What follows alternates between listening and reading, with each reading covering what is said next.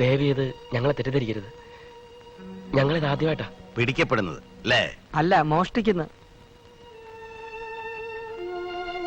നുണ പറയാം, സ്വന്തം മനസാക്ഷിയോടാകരുത്. കള്ളന്മാർക്ക് കൈ കിട്ടുന്നത് എന്തും മോഷ്ടിക്കാം. അങ്ങനെ വേണമെങ്കിൽ ഒരു ലോകം തന്നെ കീഴടക്കാം, രാജാവാകാം. ചെയ്തത് തെറ്റായി പോയെന്ന് തോന്നുമ്പോ പശ്ചാത്തപിക്കാം. ശരിയല്ലേ? അതെ സാർ. പക്ഷെ നമ്മുടെ കയ്യബദ്ധം കൊണ്ട് നഷ്ടപ്പെട്ടു പോയ ഒരു ജീവൻ തിരിച്ചു നൽകാൻ നമുക്ക് സാധിക്കുമോ? സാധിക്കുമോ?